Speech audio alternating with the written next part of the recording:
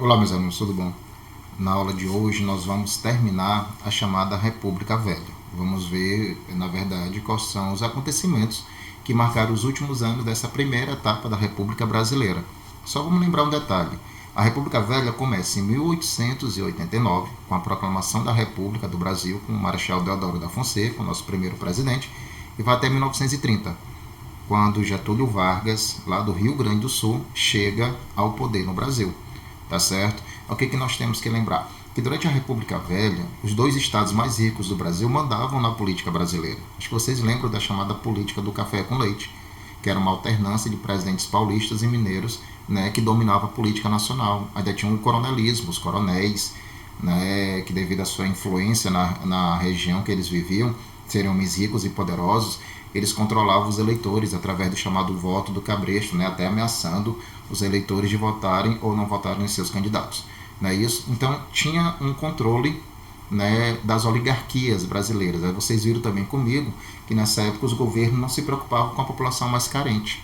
Né? Não tinha políticas públicas, né? Por acaso que foi um período também de inúmeras revoltas.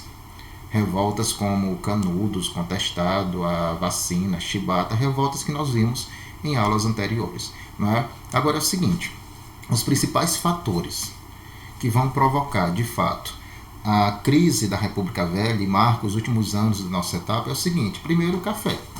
Vocês têm que lembrar que o café era o nosso principal produto de exportação, 70% do que o Brasil vendia era café. Né? Então a economia brasileira girava em torno do café. Né? Só que, devido a um processo de superprodução, os produtores brasileiros estavam produzindo café demais, mais café do que o mercado podia consumir. Nós já vimos até esse problema quando eu falei para vocês da crise de 29, numa aula anterior, né? Quando a oferta de um produto é maior do que a procura, o preço cai. Né? E teve o declínio realmente do prestígio do café. Os preços começaram a cair. E isso enfraqueceu muito as forças econômicas e políticas de São Paulo e de Minas Gerais. Também vai estourar no Brasil as chamadas revoltas tenentistas. O que foram essas revoltas tenentistas? Jovens tenentes do Exército Brasileiro fizeram movimentos, principalmente na região sudeste, para derrubar o governo, para acabar com as oligarquias, para acabar com as fraudes eleitorais. Essa imagem que vocês estão vendo aí no slide representa o movimento inicial do tenentismo chamado o Movimento dos 18 do Forte, onde esses 18 homens, podem até ver na imagem que tem um civil, até de terno e gravata, eles marcharam até o Palácio do Governo para tentar derrubar o presidente. Lógico que 18 tenentes, 18 homens no caso, não poderia derrubar um governo, tanto que eles morreram. Né? Mas as revoltas tenentistas, elas ganharam muita força e enfraqueceram muito o governo. Teve até da revolta tenentista um movimento conhecido como a Coluna Prestes, que foi um movimento guerrilheiro liderado por Luiz Carlos Prestes, que percorreu, meninos, todo o Brasil para combater o poder dos coronéis. Então, assim, realmente já estava tendo muitas instabilidades. Fora também que o Brasil já estava tendo movimentos operários, greves de trabalhadores das fábricas. Nós vamos ter em 1917, por exemplo, em São Paulo, a primeira greve geral dos operários brasileiros. Agora, um dos principais fatores mesmo que vai fazer com que a República Velha entre em decadência foi um episódio que nós já vimos numa aula anterior, a crise de 29. Vocês lembram que na crise de 29, a crise estourou nos Estados Unidos. Os Estados Unidos, com a maior potência mundial, eles entram em crise, tem a quebra da Bolsa de Valores de Nova York, e vocês têm que lembrar que os Estados Unidos era o principal comprador do café brasileiro. Né? E aí, quando eles entram em decadência, eles deixam de comprar o nosso café, a economia brasileira também entra numa crise sem precedentes, e São Paulo e Minas acabam se enfraquecendo economicamente e politicamente. E para piorar, essa quebra da Bolsa de Valores de Nova York, que afetou demais os cafeicultores, que afetou, na verdade, toda a economia brasileira, porque eles começaram, de fato, a vender menos. As pessoas realmente estavam sofrendo com problemas de inflação, um problema geral de crise, desemprego. Né? Então, as insatisfações eram gerais. Aí o governo, geralmente, numa época de crise, ele aumenta os impostos para tentar arrecadar mais. E aí gerando mais o quê?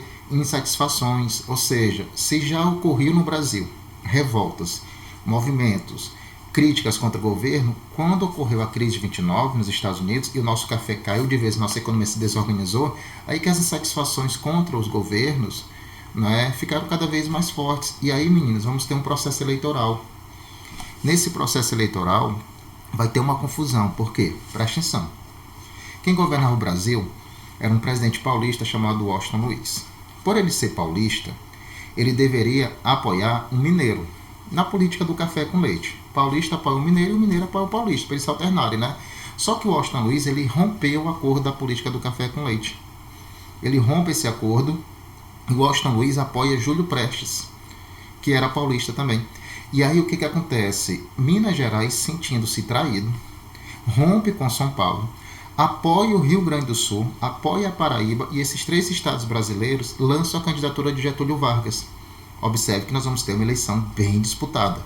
De um lado, Júlio Prestes, candidato de São Paulo, apoiado pelo presidente Washington Luiz, e do outro lado, apoiado pelo Rio Grande do Sul, por Minas Gerais e pela Paraíba, Getúlio Vargas. Né? Então São Paulo e Minas não estão juntos nessas eleições, eles estão separados. Quem venceu as eleições? Júlio Prestes. Júlio Prestes vence as eleições. Meninos, foi fraude em cima de fraude. As eleições foram fraudulentas dos 2 lados. Mas Júlio Prestes acabou vencendo. E o Vargas se aproveitou do assassinato do seu vice, chamado João Pessoa, afirmando que foi um assassinato de cunho político, criou um movimento que depois ficou conhecido como Revolução de 30, que nós vamos falar mais na próxima aula, nas próximas aulas. E aí o que acontece? Getúlio Vargas afirmando que João Pessoa foi assassinado por questões políticas a mando dos paulistas e que a eleição de Júlio Prestes foi uma fraude total, foi contra a nossa democracia e contra a nossa Constituição. Vargas, com apoio dos exércitos do Rio Grande do Sul, da Paraíba e de Minas Gerais, eles marcham em direção à capital brasileira, que era o Rio de Janeiro. Washington Luiz foi deposto, faltava alguns meses para acabar o governo dele, ele foi deposto. Júlio Prestes não assumiu o poder, porque as eleições foram anuladas e Vargas chega ao poder. Foi a chamada Revolução de 30. E aí terminava oficialmente a República Velha e começava oficialmente a Era Vargas, que vai ser os nossos próximos assuntos, ok? Tomara que tenha sido claro para vocês. Até a próxima. Um abraço.